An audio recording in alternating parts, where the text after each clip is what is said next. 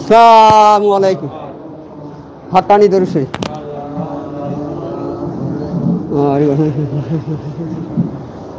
سيدنا مولانا نبينا كما سيدنا سيدنا مولانا سيدنا إبراهيم إنك حميد مجيد.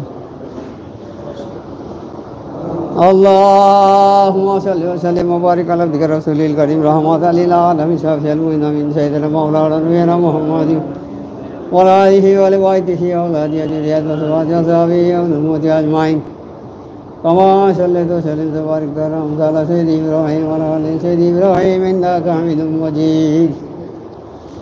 اللهم صل وسلم وبارك على رسول الكريم رحمة للعالمين شافي المؤمنين سيدنا مولانا نبينا محمد وعلى آله وصحبه وأولاده وذريته وأزواجه وصحبه والأمة أجمعين. كما صليت وسلمت وباركت على سيدنا إبراهيم وعلى آل سيدنا إبراهيم إنك حميد مجيد. اللهم صل وسلم وبارك على رسول الكريم رحمة للعالمين شافي المذنبين سيدنا مولانا نبينا محمد وعلى آله وصحبه وأولاده وذريته وأزواجه وصحبه والأمة أجمعين. كما صليت وسلمت وباركت على سيدنا إبراهيم وعلى آل سيدنا إبراهيم إنك حميد مجيد. اللهم صل وسلم وبارك على رسول الكريم رحمة للعالمين شافي المذنبين سيدنا مولانا نبينا محمد وعلى آله وصحبه وأولاده وذريته وأزواجه وصحبه والأمة أجمعين.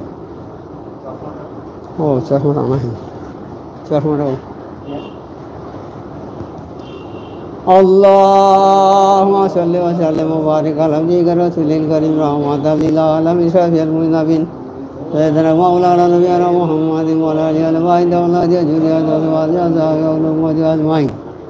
كما صليت وسلمت وباركت على سيدنا إبراهيم وعلى آل سيدنا إبراهيم إنك حميد مجيد. اللهم صل وسلم وبارك على عبدك رسول الكريم رحمة للعالمين شافي المذنبين سيدنا مولانا نبينا محمد وعلى آله وصحبه وأولاده وذريته وأزواجه وصحبه والأمة أجمعين. كما صليت وسلمت وباركت على سيدنا إبراهيم وعلى آل سيدنا إبراهيم إنك حميد مجيد. اللهم صل وسلم وبارك على عبدك رسول الكريم رحمة للعالمين شافي المذنبين سيدنا مولانا نبينا محمد وعلى آله وصحبه وأولاده وذريته وأزواجه وصحبه والأمة أجمعين. كما صليت وسلمت وباركت على سيدنا إبراهيم وعلى آل سيدنا إبراهيم إنك حميد مجيد. اللهم صل وسلم وبارك على عبدك رسول الكريم رحمة للعالمين شافي المذنبين سيدنا مولانا نبينا محمد وعلى آله وصحبه وسلم. كما صليت وسلمت وباركت على سيدنا إبراهيم وعلى آل سيدنا إبراهيم إنك حميد مجيد. اللهم صل وسلم وبارك على عبدك رسول الكريم رحمة للعالمين شافي المذنبين سيدنا مولانا نبينا محمد وعلى آله وصحبه وأولاده وذريته وأزواجه وصحبه والأمة أجمعين. كما صليت وسلمت وباركت على سيدنا إبراهيم وعلى آل سيدنا إبراهيم إنك حميد مجيد. اللهم صل وسلم وبارك على عبدك رسول الكريم رحمة للعالمين شافي المذنبين سيدنا مولانا نبينا محمد وعلى آله وصحبه وأولاده وذريته وأزواجه وصحبه والأمة أجمعين. كما صليت وسلمت وباركت على سيدنا إبراهيم وعلى آل سيدنا إبراهيم إنك حميد مجيد. اللهم صل وسلم وبارك على رسول الكريم رحمة للعالمين شافي المذنبين سيدنا مولانا نبينا محمد وعلى آله وصحبه وأولاده وذريته وأزواجه وصحبه والأمة أجمعين. كما صليت وسلمت وباركت على سيدنا إبراهيم وعلى آل سيدنا إبراهيم إنك حميد مجيد. اللهم صل وسلم وبارك على رسول الكريم رحمة للعالمين شافي المذنبين سيدنا مولانا نبينا محمد وعلى آله وصحبه. كما صليت وسلمت وباركت على سيدنا إبراهيم وعلى آل سيدنا إبراهيم إنك حميد مجيد.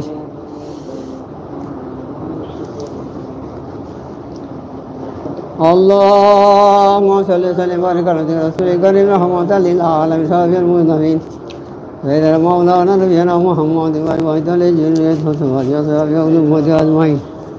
كما صليت وسلمت وباركت على سيدنا إبراهيم وعلى آل سيدنا إبراهيم إنك حميد مجيد. اللهم صل وسلم وبارك على عبدك رسولك الكريم رحمة للعالمين شفيع المذنبين سيدنا مولانا نبينا محمد وعلى آله والذرية وأزواجه وصحبه وأمته أجمعين كما صليت وسلمت وبارك على سيدنا إبراهيم وعلى آل سيدنا إبراهيم إنك حميد مجيد.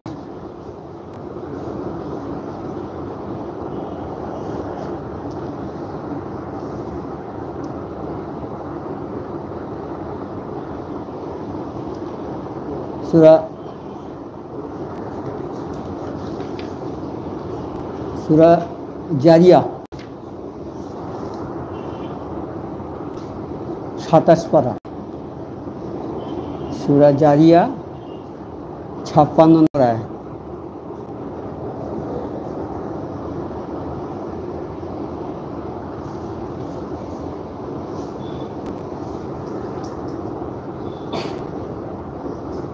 أعوذ بالله من الشيطان الرجيم بسم الله الرحمن الرحيم وما خلقت الجن والإنس إلا ليعبدون। আর আমি জিন ও মানুষকে কেবলমাত্র আমার ইবাদতের জন্য সৃষ্টি করেছি।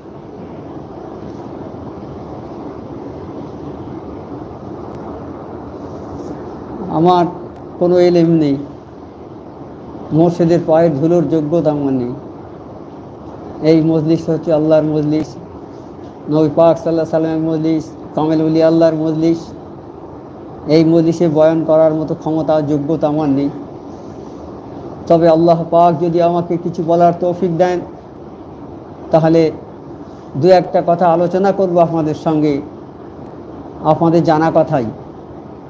আর এর মধ্যে যদি কোনো ভুল বা বেয়াদবি হয়ে যায় আল্লাহর ওয়াস্তে ক্ষমা করে দেবেন।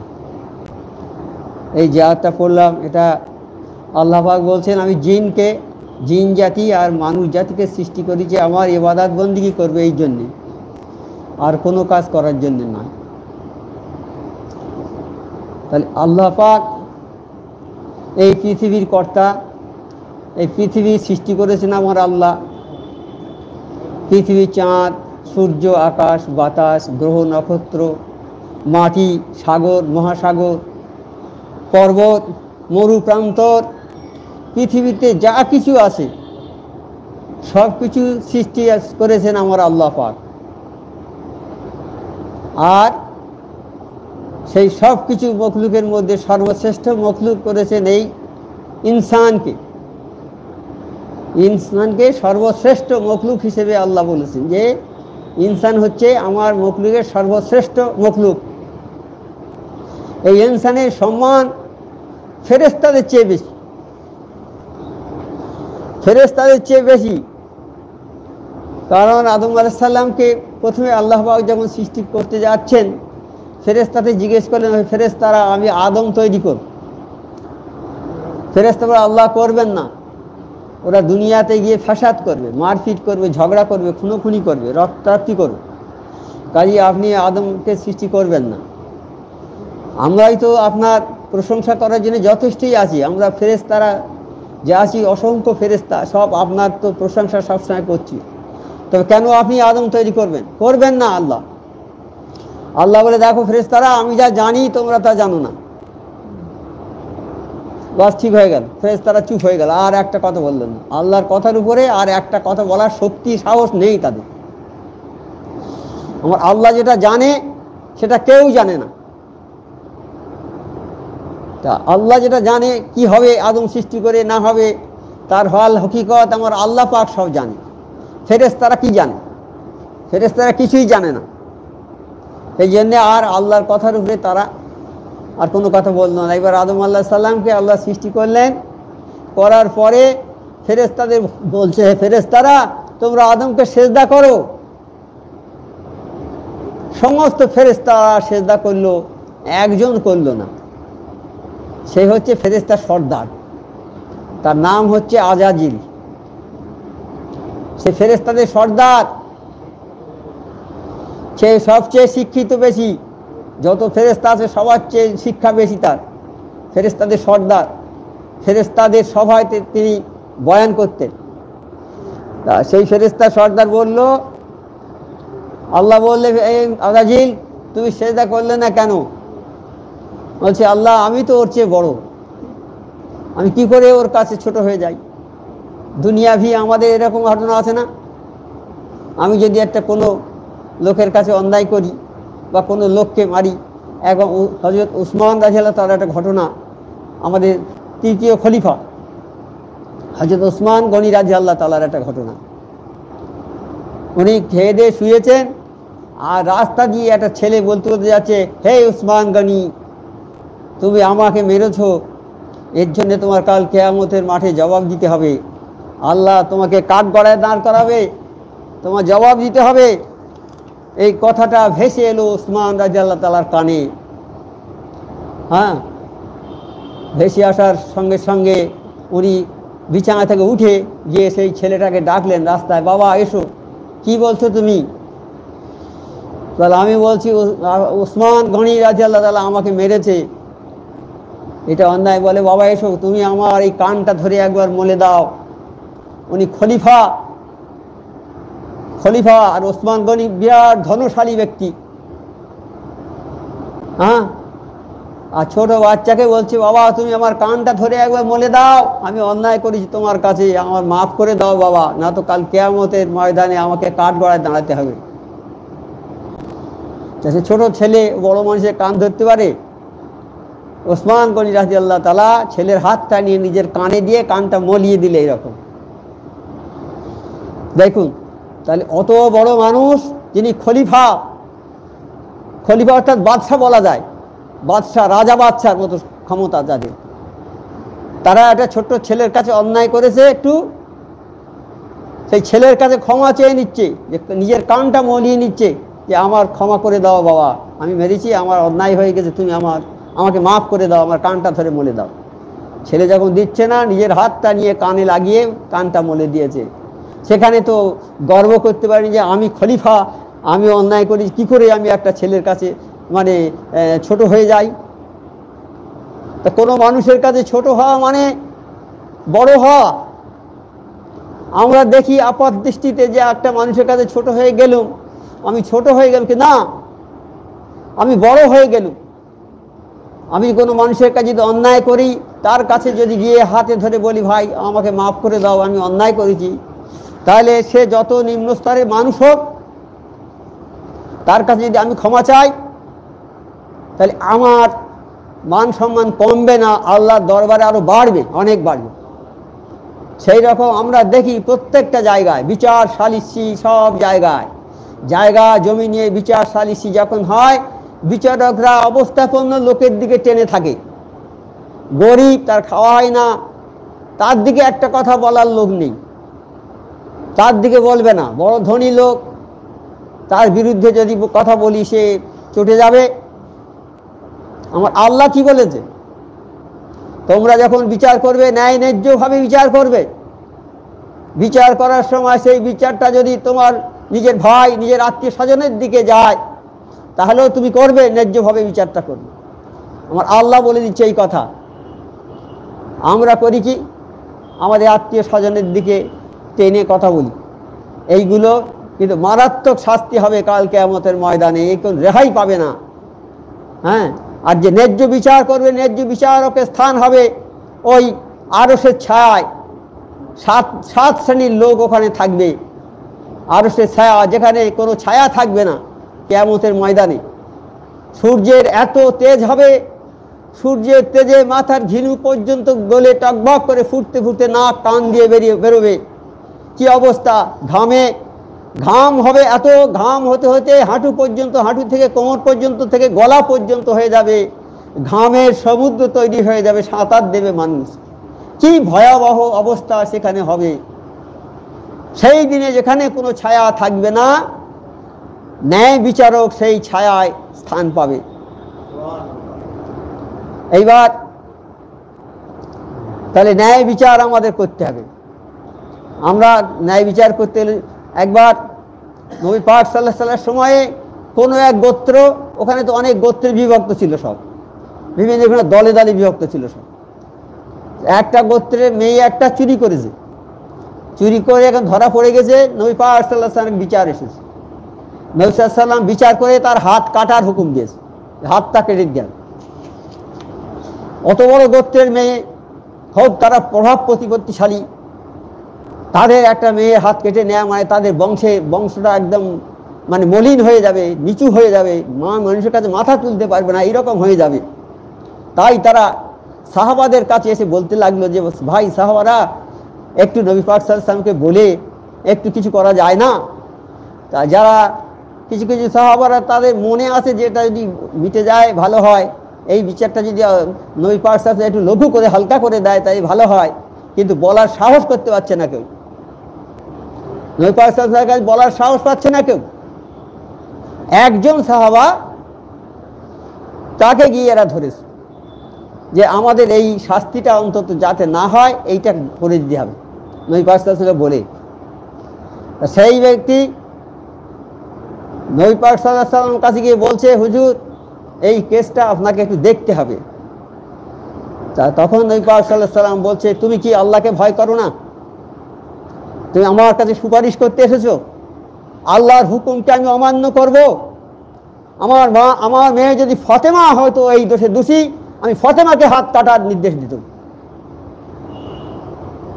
তো কত বড় কঠিন, কত বড় কঠিন, কত বড় সুশাসক, কত বড় সুবিচারক আবার নবী পাক সাল্লাল্লাহু আলাইহি ওয়াসাল্লাম ছিলেন। সেই রকম আমরা এমনি বলি ও ছোট আমি বড়, ছোটদের বিচার আমরা করিনি। ছোটরা আমাদের পাশে বসলে সরিয়ে দিই, এই সরে যা, তো ছেঁড়া কাপড়, তোর পায়ে জুতো নেই, মাথায় তেল নেই, সরে যা, সরে বস, ওখানটা বস। আমরা কোনো একটা করলে একটা জায়গা করে সেখানে লিখে দিই এটা ভিআইপি, এটা মুখ, এটা তুমুক, এইভাবে লিখে দিই। কিন্তু যার মাথায় তেল নেই, ছেঁড়া কাপড়, তার হয়তো ভেতরে এমন গুণ আছে বলার মতো না। শেখ সাদি রহমতুল্লাহ আলাইহি একটা ইনভাইট করেছে, তাকে একটা নিমন্ত্রণ বাড়িতে গিয়েছে। তা উনি অতি সাধারণ বেশে গিয়েছে। তা ভিআইপিদের জায়গাতে ওনাকে বসতে দেয়নি, ওনাকে বের করে দিয়ে ঠেলে, এই গেট আউট, এখানে না, এখানে ভিআইপিদের জায়গায় তুমি বসেছো। শেখ সাদি রহমতুল্লাহ কত বড় দরজার লোক, তিনি ভিআইপি লোক, ভিআইপিদের দরবারে ভিআইপি লাইনে বসেছে, তাকে ধাক্কা মেরে বের করে দিয়েছে, বেরো, তুমি ভিআইপি হয়েছো। শেখ সাদি রহমতুল্লাহ চলে এলো বাড়িতে, এসে ভালো করে বড় জুব্বা, ভালো পাগড়ি বেঁধে, একবার বড় জামা সুন্দর গায়ে দিয়ে, আর সেখানে গিয়ে যখন সবাই বলছে আসুন আসুন আসুন হজরত আসুন, হজরত আসুন, বসুন বসুন, বসেছে। তারপর খানা যখন দিচ্ছে, তখন শেখ সাদি রহমতুল্লাহ আলাইহি তখন ওই খানাটা আর খাচ্ছে না, সব পকেটে ঢুকে দিচ্ছে, জামা পকেটে দিচ্ছে, যতগুলো পকেট ছিল ভর্তি করে দিয়ে। বলে কেন এটা করছেন আপনি, এরকম করছেন কেন? খানাগুলো তোমার আগে খানা তো তোমরা একে দিচ্ছ না, আমাকে দুধ দিচ্ছ না, খানা দিচ্ছ তো এই পোশাকের। কেন আমি একটু আগে এসেছিলাম তোমাদের এখানে, তোমরা আমাকে বার করে দিয়েছো ঘাট ধরে, আমাকে চেনোনি তোমরা, আর এখন আমি ভালো পোশাক পরে এসেছি বলি আমাকে চিনতে পেরেছো, আমাকে খানা দিচ্ছ। কাজেই আমি সেই জন্যে, যার জন্যে খানা দিচ্ছ তোমরা, তাকেই খাওয়াচ্ছি। তাহলে কত বড় শিক্ষার ব্যাপার, হ্যাঁ? তাই নবী পাক সাল্লাল্লাহু আলাইহি ওয়াসাল্লাম বলেছেন, আমরা সাধারণত ছেলের বিয়ে, মেয়ের বিয়ে বা যে কোনো উৎসব অনুষ্ঠান করি, আমরা বড় বড় লোক, ভিআইপি লোক দেখে ইনভাইট করি। আমরা ভিআইপি লোক দেখে ইনভাইট করি। ইনভাইট করার সময় আমরা বাড়িতে বসে আলোচনা করি কাকে কাকে বলা যাবে, বসে ওকে বলো, ওকে বলো, ওকে বলো, ওকে বলো। এইবার বাড়িওয়ালা বললো ওটা ওই লোকটাকে বলবে না, তো সে গরিব মানুষ, ওকে বলে কি হবে, ও তো কিছু দিতে পারবে না। আর এই আমাদের এই অনুষ্ঠানে সব ভিআইপি লোক আসবে, আর ওই ছেঁড়া জামা গায়ে দিয়ে আসবে, ওই সব লোকের না বলাই ভালো। কিন্তু আমার নবী পাক সাল্লাল্লাহু আলাইহি ওয়াসাল্লাম কি বলেছেন, যে অনুষ্ঠানে গরিব ভিখারি এতিম মানুষদেরকে ইনভাইট করা না হয়, সেই অনুষ্ঠানটা কোনো অনুষ্ঠানই নয়, সেটা একটা বাজে অনুষ্ঠান, সেই অনুষ্ঠানে আল্লাহ খুশি নয়। তাই আজাজিল কিন্তু ওই কথাটা বুঝতে পারিনি, আজাজিল ওই কথাটা বুঝতে পারিনি। সে শিক্ষা দীক্ষায় বড়, কিন্তু অহংকারী, ভীষণ অহংকারী, অহংকারী লোক, যার মধ্যে অহংকার থাকবে সূচাগ্র পরিমাণ, সূচের আগা যতটুকু অতটুকু পরিমাণ অহংকার যার মধ্যে থাকবে, সে জান্নাতে ঢুকতে পারবে না। আর যার মধ্যে সূচাগ্র পরিমাণ ঈমান থাকবে, সে জান্নাতি হবে। আজাজিলের মধ্যে ছিল ওই অহংকার, সেই অহংকার বশত বলল, হে আল্লাহ, তুমি আমাকে কত বড় পদ দিয়েছো, আমি কত বড়, আমি ফেরেশতার সর্দার, আর আমি আগুন থেকে তৈরি, আর আদম আলাইহিস সালাম মাটি থেকে তৈরি। কাজী আদম আলাইহিস সালাম মাটির গতি নিচের দিকে, আর আগুনের গতি ঊর্ধ্বের দিকে। আমি ঊর্ধ্বের লোক, আমি মর্যাদাশীল লোক, আমি আদমের চেয়ে বড়, কাজে আমি সেজদা করতে পারবো না। আল্লাহ কি বললেন? হে আজাজিল, কে বড় কে ছোট এ প্রশ্ন তো আমি করিনি।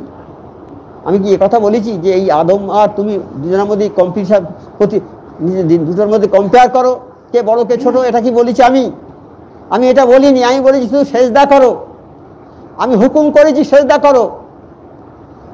তুমি সেই আমার হুকুমটা অমান্য করলে, তুমি হুকুম অমান্য করলে, আর হুকুম অমান্য করার জন্য এই সবগুলো কথা বললে। আমরা সেরকম করি।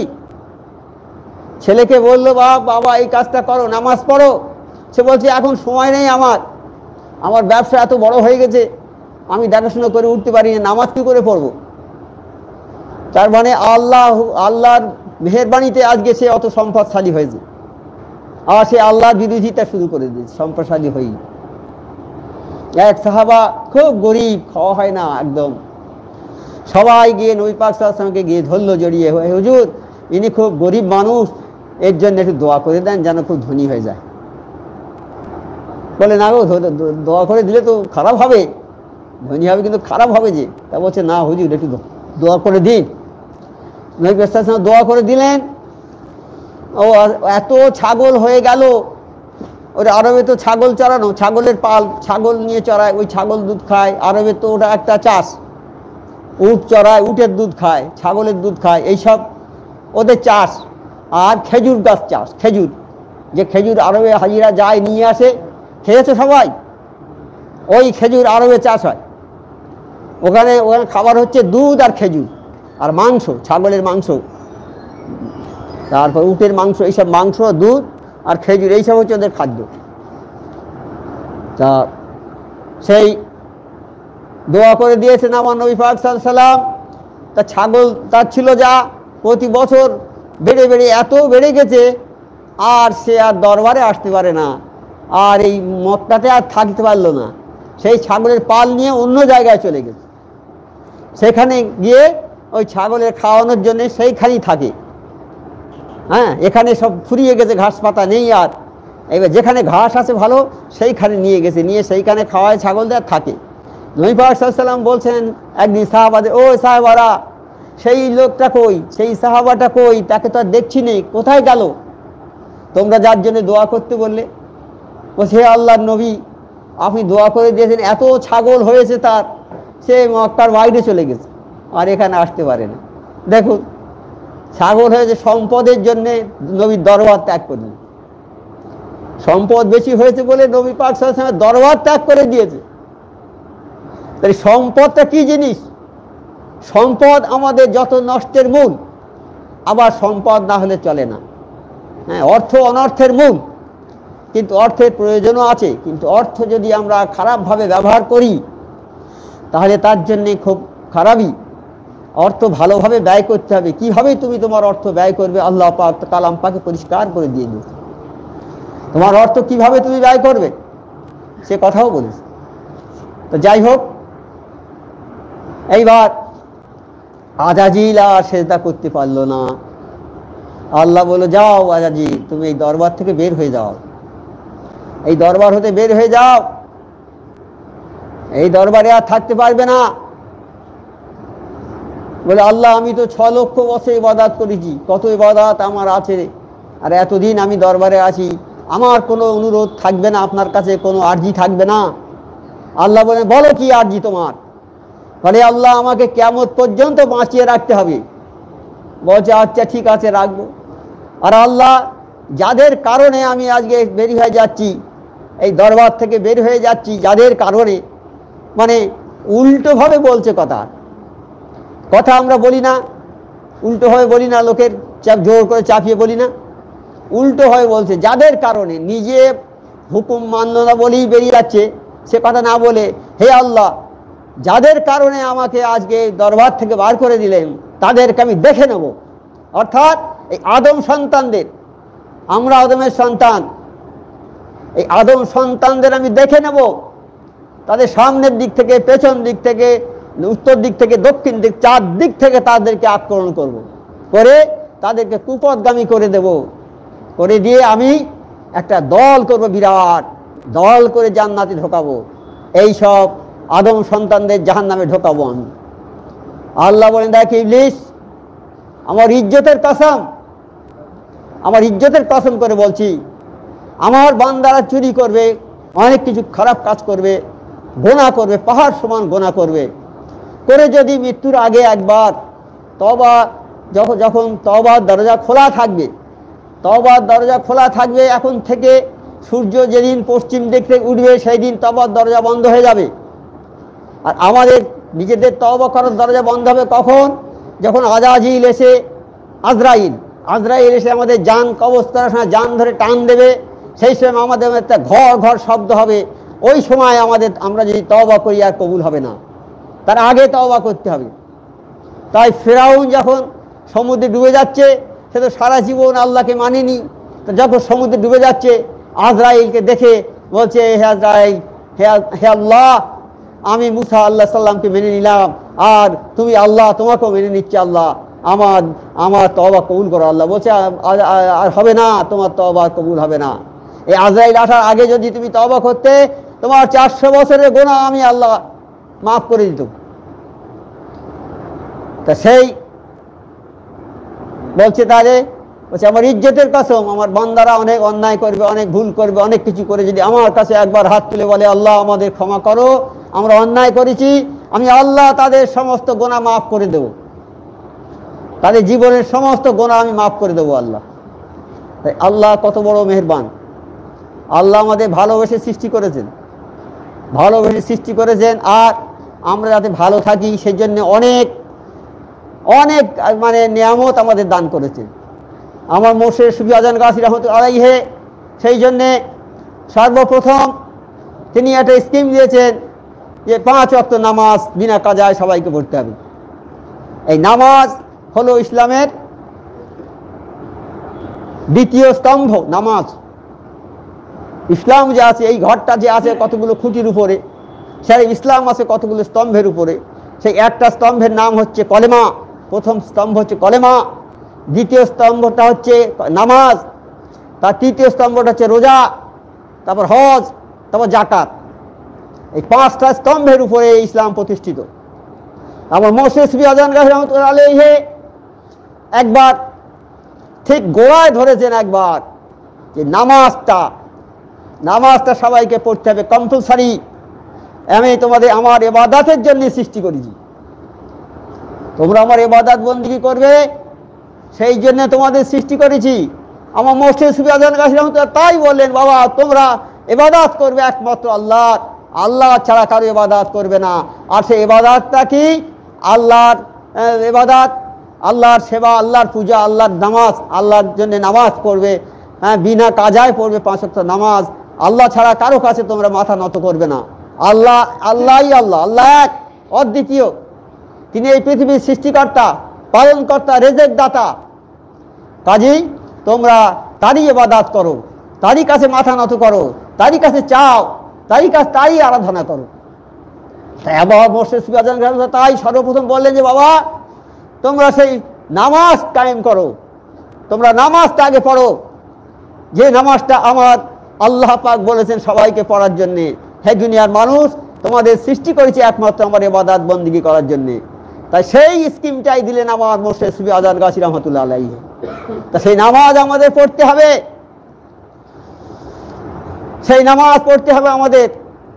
এই নামাজের এত গুরুত্ব, কাল কিয়ামতের ময়দানে একদল লোক জাহান্নামী হবে আর একদল লোক জান্নাতি হবে। এই দুটো দল থাকবে মানুষের মধ্যে।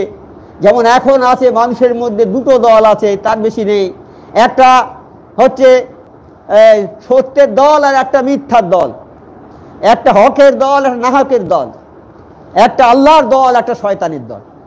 এই দুটো দল আছে ইনশাল্লাহ। এখন দুটো দল আছে, কিয়ামতে দুটো দল থাকবে, একটা আল্লাহর দল আর একটা শয়তানের দল, একটা নামাজির দল, একটা বেনামাজির দল। বেনামাজ দল, সমস্ত লোক যখন ময়দানে জমায়েত হবে, যখন কিয়ামতের ময়দানে জমায়েত হবে, আল্লাহ বলবে, হে আমার বান্দারা, তোমরা দুনিয়াতে নামাজ পড়েছো সবাই, একবার আমার সামনে নামাজটা পড়ে দেখাও কিভাবে তোমরা নামাজ পড়েছো। তখন আমরা সবাই চেষ্টা করব নামাজ পড়ার, যারা নামাজ পড়েছে তারাও, আর যারা পড়েনি তারাও চেষ্টা করবে। কিন্তু যারা নামাজ পড়েনি তারা নামাজ পড়তে যাবে, আল্লাহু আকবার সেজদা করবে, কিন্তু তাদের পিঠটা এত শক্ত হয়ে যাবে তারা সামনে সেজদা করতে পারবে না, পেছন দিকে টক্কর খেয়ে পড়ে যাবে। আর পড়ে যাওয়ার সঙ্গে সঙ্গে তার মুখ কালো হয়ে যাবে, সিয়া হয়ে যাবে। আর এক শ্রেণীর লোক যারা নামাজ পড়েছে, দুনিয়াতে যারা নামাজ পড়েছে সবসময়, তারা আল্লাহু আকবার বলে সেজদা যাবে, সেজদা থেকে উঠবে আর তাদের মুখটা পূর্ণিমা চাঁদের মতো হয়ে যাবে। এই কিয়ামতের ময়দানে দু শ্রেণীর লোক দেখা যাবে, একটা সাদা মুখওয়ালা, একটা কালো মুখওয়ালা, একটা জান্নাতি মানুষ আর একটা দোজকি মানুষ, এই দুটো শ্রেণীর লোক দেখা যাবে। তা জান্নাতি যারা মানুষ তাদের জান্নাতের দিকে তাদের নিয়ে যাবে, জান্নাতের ফেরেশতারা তাদের স্বাগত জানিয়ে নিয়ে যাবে, কত ভালোভাবে তাদেরকে তাজিম করে নিয়ে যাবে।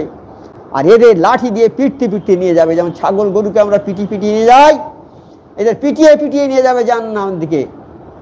হ্যাঁ, আর নিয়ে যাবে, তখন জাহান্নামের কাছে যখন যাবে এরা, জাহান্নামের ফেরেশতারা বলবে, ভাই তোমরা কি এমন কাজ করেছো দুনিয়ায় যে আজ জাহান্নামে চলে আসলে? বলছে, আমরা দুনিয়াতে নামাজ পড়িনি আর মিসকিনদের খানা খাওয়াইনি, এই জন্য আমরা জাহান্নামী হয়ে গেছি। তাহলে দেখুন, নামাজ পড়তে হবে সবাইকে, কম্পালসারি। নামাজ না পড়লে কোনো মাপ নেই। আজকে আমাদের সন্তানরা নামাজ পড়ে না, নামাজের কথা বললে মারতে তেড়িয়ে আসে, নামাজের কথা ছেলেদের বললে মারতে তেড়িয়ে আসে, বলে তোমার বয়স হয়েছে, তুমি কিছু বোঝো? আমরা এখন বিরাট ব্যবসার মধ্যে রয়েছি, নামাজ পড়তে গেলে সময় নষ্ট হবে, নামাজ এখন পড়বো না, আগে বয়স হয়ে যাক, তোমাদের মতো বয়স হোক তখন নামাজ পড়বো। বাবা, তুমি তো জোয়ান ছেলে, তোমার শরীরে এখন ভালো তেজ আছে, তুমি বুঝতে পারছো না। তোমার আব্বার বয়স 90 বছর হয়েছে, 90 বছর বয়স হলে মানুষের শরীরের কি অবস্থা হয় যার হয়েছে সেই জানে, তুমি কি বুঝবে? তুমি বয়স হবে তোমার 90 বছর, তবে নামাজ পড়বে। 90 বছর বয়স হলে তবে হজে যাবে। আগে মানুষ হজে যেত না, অন্য অন্য রাষ্ট্র থেকে হজে আসে সব 25 বছর, 26 বছর, 20 বছর বয়সের ছেলে মেয়েরা সব হজ করতে আসে। আর আমাদের ইন্ডিয়া থেকে যায় 80-85 বছর বয়সের লোক, তবে হজ করতে যায়। এটা ধারণা যে বয়স না হলে হজে গিয়ে কি হবে, এখন যাব না। কিন্তু ওই সময় গিয়ে আমরা ঠিক মতো কাজ করতে পারিনি, হজের যে অনুষ্ঠানগুলো ঠিক মতো করতে পারি না আমরা। সেই জন্যে ইয়ং স্টেজটা হচ্ছে সবচেয়ে মূল্যবান জিনিস। মানুষের জীবনের যে স্টেজ আছে, একটা বাল্যকাল, যৌবনকাল, বৃদ্ধকাল, 3টে স্টেজ আছে। এই স্টেজের মধ্যে সবচেয়ে উত্তম স্টেজ কোনটা? এই যৌবনকালটা। এই যৌবনকালটা মানুষের সর্বশ্রেষ্ঠ মূল্যবান সময়। কাল কিয়ামতের ময়দানে আল্লাহ জিজ্ঞেস করবে, তোমার এই যৌবনকালটা কিভাবে তুমি ব্যয় করেছো? তোমার পুঙ্খানু হিসেব দিতে হবে। যতক্ষণ না পুরোপুরি জবাব দেবে তাও তোমাকে ছাড়া হবে না। তাহলে এই যৌবন কালটা হচ্ছে সর্বশ্রেষ্ঠ কাল। এই সময় আমরা মজা লুটেছি, টাকা পয়সা উড়িয়েছি, সিনেমায় গিয়েছি, বড় বড় মানে ভালো ভালো ফাংশন করেছি, কত আরাম করেছি। একবার মনে করিনি যে আমাদের মরে যেতে হবে, আল্লাহর সামনে দাঁড়াতে হবে। এটা আমরা মনে করিনি একবার, যার জন্যে আমাদের ভোগান্তি। কাজেই যারা এখনো নামাজ পড়ো না, তারা নামাজ পড়ো, নামাজের প্রতি আগ্রহ করো। মসজিদে যদি আবাদ হয়, যে মসজিদে আবাদ হয়, আল্লাহর গজব সেই ধার বাড়ি আসবে না। আল্লাহর যে গজব সেই নামাজিদের ধারে পাশে যাবে না। মসজিদ যদি আবাদ হয়, সেই মসজিদের ধারে যাবে না আল্লাহর গজব। আজকে সারা বিশ্বে আল্লাহর একটা গজব দেখা যাচ্ছে। যে কোনো কিছু আল্লাহর তরফ থেকেই আসে। এই পৃথিবীর স্রষ্টাকে আল্লাহ, আকাশের সৃষ্টিকর্তাকে আল্লাহ, এই সাগরের সৃষ্টিকর্তাকে আল্লাহ, না কোনো মানুষ করেছে এইগুলো? মানুষকে আসমান তৈরি করেছে, না পাহাড় তৈরি করেছে, মরুভূমি তৈরি করেছে, না সমুদ্র তৈরি করেছে, না এইসব গাছপালা সব করেছে? মানুষ কোনটা করেছে? সবই তো আল্লাহ পাকের সৃষ্টি। আমরা একটা দানা মাটিতে পুঁতে দিয়ে এলো, দানা যদি না বেরোয়, অঙ্কুর না গজায়, যদি মাটিতেই পচে যায়, তাহলে আমরা কত চেষ্টা করব, কোটি কোটি মানুষ চেষ্টা করলেও একটা দানাকে আমরা ভালোভাবে চারা তৈরি করতে পারবো না, যদি আল্লাহ পাক না সেটা চারাতে রূপান্তরিত করে। তাই আল্লাহ পাকের হাতেই সব। এই সূর্য উঠছে, এই রোদ্দুর, কত সুন্দর রোদ্দুর, আমরা এখানে বসে আরাম করছি। আর রাত্রে চন্দ্র উঠবে, চন্দ্রের আলোতে কত স্নিগ্ধ আলো, রাত্রে আমরা ঘুমাবো শান্তিতে। এই জন্যে সূর্য রাত্রে আল্লাহ দেয়নি, চন্দ্র দিয়েছে মোলায়েম আলো, তোমাদের কোনো কষ্ট হবে না, রাত্রে আরাম করবে, এই জন্যে দিয়েছে। আমার আল্লাহ পাক তো আমাদের তাই লালন পালন করছে, সব কিছু তো তিনিই করছেন, তো তার হুকুমটা আমাদের মানতে হবে। তাই নামাজ অবশ্য পড়তে হবে। আর আমার মুর্শিদ বললেন নামাজ, রোজাটা বলেছেন এটা করতে হবে তোমাদের। আমার নবী পাক সাল্লাল্লাহু আলাইহি সাল্লাম যখন মেরাজে গিয়েছিলেন, তখন আল্লাহ পাক জিবরাইল আলাইহিস সালামকে বললেন, আমার নবী পাক সাল্লাল্লাহু আলাইহি সাল্লামকে সমস্ত কিছু জায়গা, লৌহ মাহফুজ, কলম, বেশ, দোজখ, সব কিছু ঘুরিয়ে ঘুরিয়ে দেখাও। তা দোজখে গিয়েছেন, যখন নিয়ে গিয়েছেন জিবরাইল, গিয়ে দেখেন দোজখে বেশিরভাগ মেয়েরা, দোজখে যত আছে সব দোজখের অধিবাসী মহিলা সব। কিন্তু মহিলারা যদি 4টে কাজ করে তাহলে তারা বেহিসাব জান্নাতি হবে। একটা কাজ হচ্ছে 5 ওয়াক্ত নামাজ, 30 রমজান মাসে 30টা রোজা। তৃতীয় হচ্ছে স্বামী শ্বশুরের খেদমত করা। চতুর্থ হচ্ছে নিজেকে পর্দার মধ্যে রাখা। এই 4টে কাজ মেয়েরা করতে পারে না কি? মেয়েদের দ্বারা করা কি কঠিন? তারা 5 ওয়াক্ত নামাজ পড়বে, ঘরে বসে নামাজ পড়বে, 30টা রোজা পড়বে তারা ঘরে বসে, তারা শ্বশুর শাশুড়ির সেবা করবে, স্বামীর কথা মতো চলবে, আর বেপর্দায় যাবে না বাইরে। বাইরে যদি অগত যেতে হয়, হয় বোরকা ব্যবহার করতে হবে, না হয় মাথায় ওড়না দিয়ে মুখ ঢেকে বাইরে তারা যাবে, শরীরটাকে ঢেকে আবৃত করে কভারিং করে তারা বাইরে বেরোবে। এই যদি পর্দার সঙ্গে থাকে, এই 4টে কাজ যদি মেয়েরা করতে পারে, তাহলে বেহিসাব জান্নাতি। কিন্তু ওখানে গিয়ে দেখলো, আমার নবী পাক সাল্লাল্লাহু আলাইহি ওয়াসাল্লাম দেখলেন যে বেশিরভাগ মেয়েরাই সব দোজখী। কেন? এই দোজখে মেয়েদের যাওয়ার একমাত্র কারণ হলো তারা স্বামীর কথা মানে না, স্বামীর উপরে খবরদারি করে, স্বামীর কথা মানে না। 1 নম্বর, শ্বশুর শাশুড়ির সেবা করে না, পর্দার সঙ্গে থাকে না, নামাজ পড়ে না, রোজাও করে না। নামাজ যদিও অনেকে পড়ে, রোজাও যদিও করে, কিন্তু বেপর্দায় থাকে, বেপর্দায় বাজারে যায়, গেস্ট হাউসে যায়, বিভিন্ন জায়গায় যায়। আর এখন তো বন্ধন হয়েছে না, বন্ধন হচ্ছে মেয়েদের জন্যে, মেয়েরা না গেলে বন্ধন টাকা দেবে না। বাড়ির যে বউ, সেই তাকেই যেতে হবে, সে বন্ধনে টাকা আনতে যাবে, আর তার স্বামী তার পেছন পেছন যাবে। তার স্বামী যেন তার কি বলবো, পেছন পেছন যায়, তার কোনো যোগ্যতা যেন নেই। তার স্ত্রী যাচ্ছে একবার ভালো সেজে গুজে, ভালো কাপড় চোপড় পরে, একবার সে যেন দেখাতে যাচ্ছে ব্যাংকের ম্যানেজারকে। ব্যাংকের ম্যানেজার যদি দেখে খুশি হয়ে যায়, টাকা বেশি অ্যালট করবে। কিন্তু আমার আল্লাহ বলেছে, তোমার ওই সৌন্দর্য দেখানোর জায়গা হচ্ছে একমাত্র তোমার স্বামী। তো তোমার স্বামীকে ছাড়া আর কাউকে তোমার সৌন্দর্য দেখাতে পারো না। কিন্তু আমরা সে কথার মধ্যে নেই, স্বামীর কথা আমরা নিই। আমরা যাচ্ছি, টাকা দিচ্ছে, 2-3 লাখ টাকা দিচ্ছে, স্বামী কোথার কি আছে? স্বামীদের পেছনে পেছনে চাকরের মতো ঘুরে বেড়াচ্ছি। আমরা না গেলে টাকা দেবে না, পুরুষদের দেবে না টাকা। আর এই যে বন্ধন, একবার সুদ, খাঁটি সুদের টাকা, এই সুদের টাকা গ্রহণ করা যাবে না। এই সুদ হচ্ছে হারাম, একেবারেই হারাম, এ গ্রহণ করা যাবে না। এই সুদ ত্যাগ করতে হবে। বা সুফি মুফতি আজান গাজী রাহমাতুল্লাহ আলাইহি এই সুদের জন্য জেহাদ করেছেন, এখনো পর্যন্ত হাক্কানি আঞ্জুমান সুদের জন্য জেহাদ করছে। আজকে হাক্কানি আঞ্জুমান অনুসারী যারা, তাদেরকে অনেকে ভালোবাসে না, নিজের মেয়ের বাড়িতে যেতে পারে না, মেয়েদের সঙ্গে ঝগড়া বিবাদ, অন্য আত্মীয়দের সঙ্গে ঝগড়া বিবাদ। তারা বলে বিয়ের জন্য ইনভাইট তাদের করতে গেলে বলে আমাদের বাড়ি খাও, তারপর তোমার বাড়ি যাবো না যাবো না। তা বাবা আমরা তো সবার বাড়ি খাবো, কিন্তু তুমি যে এই সুদের সঙ্গে জড়িত আছো এইটা ত্যাগ করো, তোমার বাড়িতে কেন খাবো না বাবা? নিশ্চয়ই খাবো। তাই সুদ ছাড়বে না, আর সুদ যে লোকের থাকবে তার বাড়ি খাওয়া উচিত হবে না।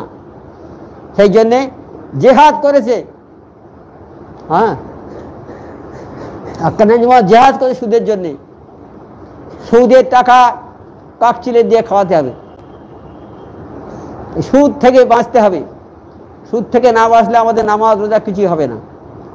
যাই হোক, আজকে মেয়েরা ওই জন্য জাহান্নামী হচ্ছে, তারা স্বামীর সেবা করে না, স্বামীর সেবা করে না, শ্বশুর শাশুড়ির সেবা করে না, বেপর্দায় থাকে, এই জন্যে তারা জাহান্নামী হচ্ছে। এই জাহান্নামী হওয়ার কারণ আমার নবী পাক সাল্লাল্লাহু আলাইহি সাল্লামকে দেখানোর মানে আমার নবী পাক সাল্লাল্লাহু আলাইহি সাল্লাম এইগুলো দৃশ্য দেখে এসে আমাদেরকে বলবে, তিনি বলেছেন আমাদেরকে বলে দেবে যে আজকে মেয়েরা কেন দোজখী হলো। এই মেয়েরা এই জন্যই দোজখী হয়েছে। কাজেই এই সব কাজ ছেড়ে তারা যেন ঠিক মতো চলাচল করে, ঠিক মতো চলে, পর্দার সঙ্গে থাকে, সুদ থেকে তারা বিরত যেন হয়, শ্বশুর শাশুড়ির খেদমত করে, স্বামীর মুখের উপরে কোনো কথা না বলে, তাহলে বেহিসাব জান্নাতি হবে। হে দুনিয়ার মা বোনেরা, তোমরা সাবধান হয়ে যাও। তোমরা কি জান্নাত পেতে চাও না? এই দুনিয়াটা কদিনের জন্যে? এই দুনিয়াটা কয়েক মুহূর্তের জন্যে। এই দুনিয়াটা হচ্ছে একটা সরাইখানা, একটা যেমন ইব্রাহিম আদম রহমতুল্লাহ ওই বলাখের বাদশাহ সিংহাসনে বসে আছেন, এমন সময় একজন লোক খুব সুন্দর চেহারার মানুষ, খুব বীর পুরুষ, তীর বেগে ঢুকে গেছে দরবারে। প্রহরীরা কেউ তাকে আটকাতে পারেনি, ঢুকে গিয়ে বাদশার সামনে গিয়েছে একেবারেই। বাদশা বলছে কি ব্যাপার, তুমি কে, কেন এসছো এখানে? তাহলে আমি এসেছি একটু পান্থশালায়, আপনার পান্থশালায় একটু এসেছি। আরে পান্থশালা এটা তো আমার দরবার, এটা তো বাদশাহী দরবার, আমার রাজ দরবার এটা। আর তুমি বলছো এটা পান্থশালা? পান্থশালা মানে একটা, যেমন ধরুন বড় রাস্তায় যাচ্ছি আমি, আগে লোক হেঁটে হেঁটে যেত, এখন বাসে গাড়িতে যায়, রাস্তার পাশে হোটেল থাকে, ছোট ছোট হোটেল থাকে না? কিছু দূর যাওয়ার পরে ক্লান্তি এলো, সেখানে গিয়ে একটু বসলো, চা খেলো, আবার চলে গেল। ওইটা হচ্ছে পান্থশালা বা হোটেল, ওই রকম। তা বলছে দুনিয়াটা পান্থশালা। বলে পান্থশালা হলো কি করে? এটা রাজ দরবার। বলে আচ্ছা বাবা, তুমি তো আজকে সিংহাসনে বসে আছো, তোমার আগে কে ছিল? বলে আমার আব্বা ছিল, তার আগে আমার দাদা, তার আগে, এরকম পেছন দিকে চলে যাচ্ছে, 4-5 পুরুষ পর্যন্ত চলে গিয়েছে। বল তাহলে কেউ তো এখানে স্থায়ীভাবে থাকতে পারোনি, পেরেছো কি? এই রাজসভায় স্থায়ীভাবে কেউ থাকতে পেরেছ? তাই যদি স্থায়ীভাবে না থাকতে পারো, এটা পান্থশালা ছাড়া আবার কি? আজকে তুমি আছো, কদিন পরে চলে যাবে এখান থেকে, থাকতে পারবে? বললো হ্যাঁ ঠিকই তো বলেছো বাবা। তখন মনে খুব চিন্তা হয়ে গেল। তা সেই দুনিয়াটা কতক্ষণের জন্য? একটা স্টেশন, দুনিয়াটা স্টেশনে আমরা আছি, গাড়ি এলে আমাদের গাড়ি উঠে চলে যেতে হবে, স্টেশন ফাঁকা হয়ে যাবে। গাড়িটা আমাদের মৃত্যু, যখন আসবে মৃত্যু আমাদের, সব চলে যেতে হবে। আজকে আমার বাপ আছে, আজকে আপনাদের বাপ আছে, কারো অনেকের আছে, অনেকের নেই, আছে তো? কারো মা আছে, অনেকের নেই, তার দাদা আছে, অনেকের নেই। তারা কোথায় গিয়েছে সব? কোনো পৃথিবীর ডাক্তার, সারা পৃথিবীর ডাক্তার একটা মানুষকে বাঁচাতে পারে না। যে মানুষটা মরে যাচ্ছে, সারা পৃথিবীর ডাক্তার, বড় বড় ডাক্তাররা তাকে বাঁচাতে পারে না। কেন বাঁচাতে পারে না? কারণ এই মৃত্যুটা এই ডাক্তারদের হাতে নেই। যার আউ যতদিন থাকবে সে বেঁচে থাকবে, এই মৃত্যুটা কোনো ডাক্তারের হাতে নয়, এটা স্বয়ং আল্লাহর হাতে। আল্লাহ যখন আমাদের তলব করবে, আল্লাহ আমাদের দুনিয়ায় পাঠিয়েছে একটা নির্দিষ্ট সময়ের জন্য, আবার যখন ডাকবে আমাদের চলে যেতে হবে। হ্যাঁ, তা এই দুনিয়াতে আমরা থাকতে পারবো না যখন, তখন অন্যায় কাজ করবো কেন? অন্যায় থেকে আমাদের বিরত হতে হবে, নামাজ পড়তে হবে, রোজা করতে হবে,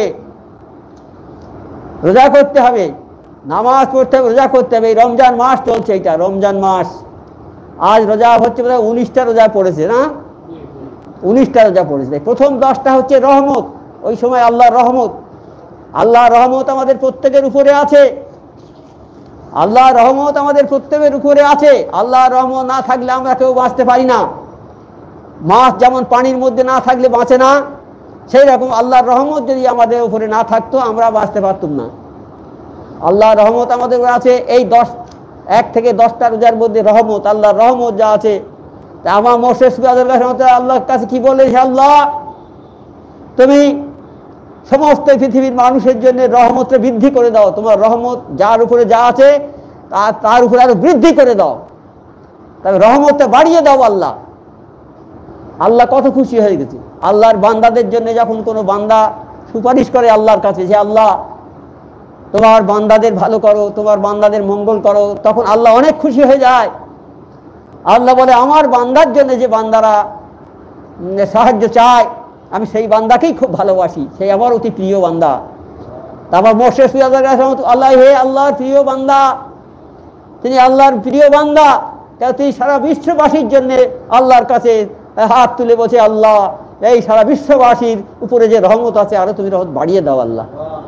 তা এই দোয়াটা কেউ করেছে কি?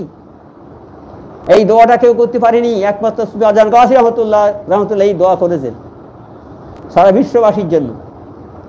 তা সেই আজান গাজী রহমতুল্লাহ, তাই রহমতের মধ্যে আমরা আছি। আর এই 10 দিনের পরে আর সেকেন্ড মাঝখানে যে 10 দিন 30টা রোজা, তাহলে 10 থেকে 11 থেকে শুরু হচ্ছে মাগফিরাত, মানে ক্ষমা। আমরা আল্লাহর কাছে যাইব, আল্লাহ আমাদের ক্ষমা করো, হে আল্লাহ আমাদের ক্ষমা করো। সকাল বিকেল সন্ধ্যে তারাবি সব সময় দোয়া করবো, আমরা নামাজের সময় দোয়া করবো, হে আল্লাহ আমাদের ক্ষমা করো, আল্লাহ আমাদের যত গুনাহ আছে মাফ করো, আল্লাহ আমাদের ক্ষমা করে দাও, আল্লাহ আল্লাহ আমাদের ক্ষমা করে দাও, আমাদের সমস্ত মুসলমান ভাই বোনদের সব ক্ষমা করে দাও আল্লাহ। আল্লাহ আমাদের হাক্কানি আঞ্জুমানের যত উরসারি আছে, যত মা বোনেরা আছে সবাইকে ক্ষমা করে দাও আল্লাহ। আল্লাহ সারা বিশ্ববাসীর মুসলমানদের, হিন্দু মুসলমান এবং মা বোনদেরকে ক্ষমা করে দাও আল্লাহ, সবাইকে ক্ষমা করে দাও। এই কথা বলতে হবে যে আল্লাহ সারা বিশ্ববাসীকে তুমি ক্ষমা করে দাও। এই 10 দিন ধরে ক্ষমা প্রার্থনা করতে হবে আল্লাহর কাছে, ক্ষমা প্রার্থনা করতে হবে। আর রমজান মাসে এই আমার দোয়া কবুল হয়। এই রমজান মাসে ইফতার যখন মানুষ করতে যায় সেই সময় বেশি করে দোয়া চাইতে হয়, আল্লাহ আল্লাহ ইয়া আল্লাহ আমাদের ক্ষমা করো, আল্লাহ আল্লাহ আমাদের রোজাটাকে কবুল করো আল্লাহ। সেই সময় বেশি বেশি করে দোয়া চাইতে হয়, কারণ ওই প্রতিদিন ইফতারের সময় আল্লাহ অসংখ্য মানুষকে যারা জাহান্নামী হয়ে গেছে তাদেরকে জান্নাতে তুলে দেয়, তাদের ক্ষমা করে দেয় আল্লাহ। তা এই রমজানটা হলো একটা ক্ষমা করার রাস্তা। এই 30টা রোজা আমরা করব, 30টা রোজা যে করে উঠবে তার আগে পেছের কোনো গুনাহ থাকবে না, আল্লাহ সব মাফ করে দেবে। আর এই রোজা হচ্ছে ঢাল। ঢাল যেমন যুদ্ধক্ষেত্রে মানুষ যায় যখন যুদ্ধ করতে, সেই ঢাল তাকে বাঁচায়, শত্রুর পক্ষের তরবারির হাত থেকে তাকে বাঁচায়। ওই ঢাল না থাকলে শত্রু পক্ষের তরবারির কোপে তার জীবন চলে যাবে। রোজা হচ্ছে সেরকম ঢাল, এ তোমার দোজকের আগুন থেকে বাঁচাবে। দোজকের আর তোমার মাঝখানে এই ঢাল, রোজা ঢালের কাজ করবে, দোজকের আগুন থেকে তোমাকে রক্ষা করবে। কাজী এই রোজা হচ্ছে ঢাল। কাজে এই রোজা আমাদের করতে হবে, এই রোজা করতে হবে, রোজা করা একান্ত দরকার। এই রোজা 30টা রোজা আমাদের করতে হবে। আর রমজান মাসে আমি যদি কোনো একটা কালাম পাকের একটা আয়াত যদি পড়ি, এই রমজান মাসে কালাম পাকের একটা আয়াত যদি পড়ি, অন্য মাসের একটা কোরআন পুরো খতম করার মতো সওয়াব আল্লাহ আমাদের।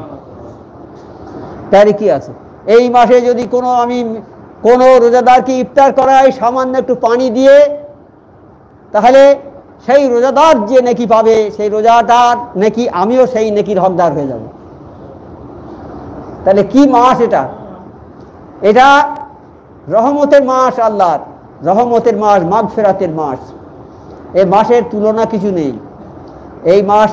তাই আল্লাহ বলেছে, তোমরা এই রোজা, তোমরা যারা জীবিত আছো, এই রমজান মাস যখন আসবে তোমরা সবাই রোজা করবে, সবাই রোজা ধরে ফেলো, সবাই রোজা সবাই করবে। আর ইফতার করার সময় আমরা হালাল পয়সা দিয়ে ইফতার করব। কোনো রকমের খারাপ পয়সা যদি কারো থাকে, সেই পয়সা দিয়ে ইফতারি হবে না। কাজেই হালাল পয়সা দিয়ে ইফতারি করতে হবে। রোজাটা এমন একটা জিনিস রোজাটা ধৈর্যের জিনিস, বিরাট ধৈর্য সবর করতে হয় রোজায়। সকাল থেকে রোজা করছে লোক, গরমে বুকে ছাতি ফেটে যাচ্ছে। ছোট ছোট বাচ্চারা রোজা করছে, তাদের তৃষ্ণায় বুকে ছাতি ফেটে যাচ্ছে, এক ফোঁটা পানি তারা খাবে না। সামনে ভালো ভালো খাবার সাজানো আছে, ইফতারি হবে একটু পরেই, কিন্তু এমন অবস্থা হচ্ছে যে তাদের আর মানে সহ্য হয় না। এত কষ্ট হচ্ছে, তাদের বুক ফেটে যাচ্ছে, কিন্তু ওই হাত দেবে না, ওই ইফতারিতে হাত দেবে না, পানি সে এক ঢোক খাবে না। এই ধৈর্য সবর করে আছে। এই সবর করে যারা আছে, এই সবরের প্রতিফল হচ্ছে জান্নাত। আল্লাহ বলছে আমি এই সবরকারীদের সঙ্গে থাকি, যারা সবর করে তাদের সঙ্গেই আমি থাকি। তা রোজাটা হচ্ছে একটা সবর, মস্ত বড় সবর। আর এই সবর করে রোজা করার পরে যদি আমরা ইফতারিটা যদি খারাপ পয়সা দিয়ে খাই, তাহলে তো আমাদের রোজাটা হবে না, নষ্ট হয়ে যাবে। তা আমরা কি তাই করবো নষ্ট? মোটেই করবো না। আমরা হালাল পয়সা দিয়ে খাবো। এমন মানুষ আছে খাওয়া চলে না, গরিব মানুষ, খেটে খায়, এত অভাব, কিন্তু ওই মসজিদে নামাজ পড়তে যায়, ভালো ভালো ইফতারি আসে, তাই স্পর্শ করবে না তারা, তার ভয় আছে, এত ভয়, আল্লাহর ভয়ে তারা শুধু পানি দিয়ে ইফতার করে চলে আসবে। তারা ওই সব মূল্যবান জিনিস খাবে না, কারণ কিভাবে তৈরি করেছে সে জানে না, আর জানলেও সে খাবে না। তাহলে কত সাবধানতা অবলম্বন করতে হবে আমাদের হিসাব করে চলতে হবে। হিসাবের ভুল হলে খেসারত দিতে হবে। আল্লাহ যে বাউন্ডারি করে দিয়েছে, সেই বাউন্ডারির মধ্যে আমাদের থাকতে হবে। এই বাউন্ডারির বাইরে যদি যাও, আমাদের ভারতের যে বাউন্ডারি আছে, সেই ভারতের বাউন্ডারির মধ্যে আমাদের থাকতে হবে। যদি আমরা হট করে লাফ মেরে যদি বাংলাদেশের বাউন্ডারির মধ্যে ঢুকি, ওখানে পুলিশ আসে অ্যারেস্ট করে নেবে, অ্যারেস্ট করে নিয়ে চলে যাবে, তোমার ছাড়বে না। সেইরকম আল্লাহর হুকুম যদি অমান্য করি, আল্লাহর তরফ থেকে শাস্তি হবে আমাদের উপরে, আল্লাহর তরফ থেকে শাস্তি আসবে। কাজেই আল্লাহর হুকুমের উপরে থাকতে হবে। এই 30 রোজাটা যাতে ভালোভাবে আমরা করতে পারি তার চেষ্টা করতে হবে। আর এই রোজার সময় ফেতরা দিতে হবে। রোজার সময় ফেতরাটা আমাদের ধার্য হয়েছে 55 টাকা করে। যদি কেউ 7 টাকায় দিয়ে দেয় কোনো ক্ষতি নেই, বেশি দিলে কোনো অসুবিধা হবে না, কম দিলে অসুবিধা হবে। কাজে আমরা রোজার মধ্যেই যদি যার সামর্থ্য আছে যেন সে ফেতরাটা রোজার মধ্যেই দিয়ে দেয়, তাহলে যারা রোজা করছে গরিব মানুষ তারা সেই সুযোগটা পাবে, সেই ফেতরার পয়সাটা পেলে তারা অন্তত তাদের একটু সুবিধা হবে। এই রোজার মধ্যে আবার জাকাত যাদের দেওয়ার ব্যাপার, তারা এই রোজার মধ্যেই জাকাতটা দেওয়া ভালো। হ্যাঁ, রোজার মধ্যে জাকাতটা দিলে গরিব মানুষের অনেক সুবিধা হবে। হয় জাকাত দিতে হবে। নামাজ তুমি পড়ো, কোনো কাজা করো না, জাকাত যদি না দাও তোমার নামাজ, জাকাত দিতেই হবে। নামাজের সঙ্গে জাকাতের সম্পর্ক, নামাজ যেমন ফরজ করেছে আল্লাহ, জাকাতকে ফরজ করেছে, জাকাত দিতে হবে। নামাজের সঙ্গে জাকাতের একবার সম্পর্ক। আর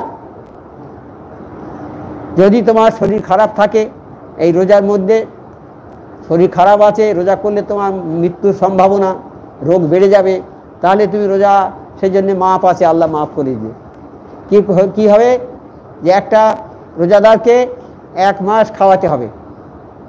যেমন সেহেরি, ইফতারি, এই সেহেরি, ইফতারি আর ভোরবেলা খাওয়া, এই 3 বার খাওয়া। যেটা সেহেরি ভোরবেলাটা তো, আর ইফতারি, এই 3 টাইম খাওয়াতে হবে তাকে ভালোভাবে খাওয়াতে হবে। তার জন্যে পয়সা দিতে হবে, যে পয়সা লাগবে সেটা দিলে তোমার ওইটা আল্লাহ মাফ করে দেবে। আর যদি রোজা করতে পারো তাহলে উত্তম।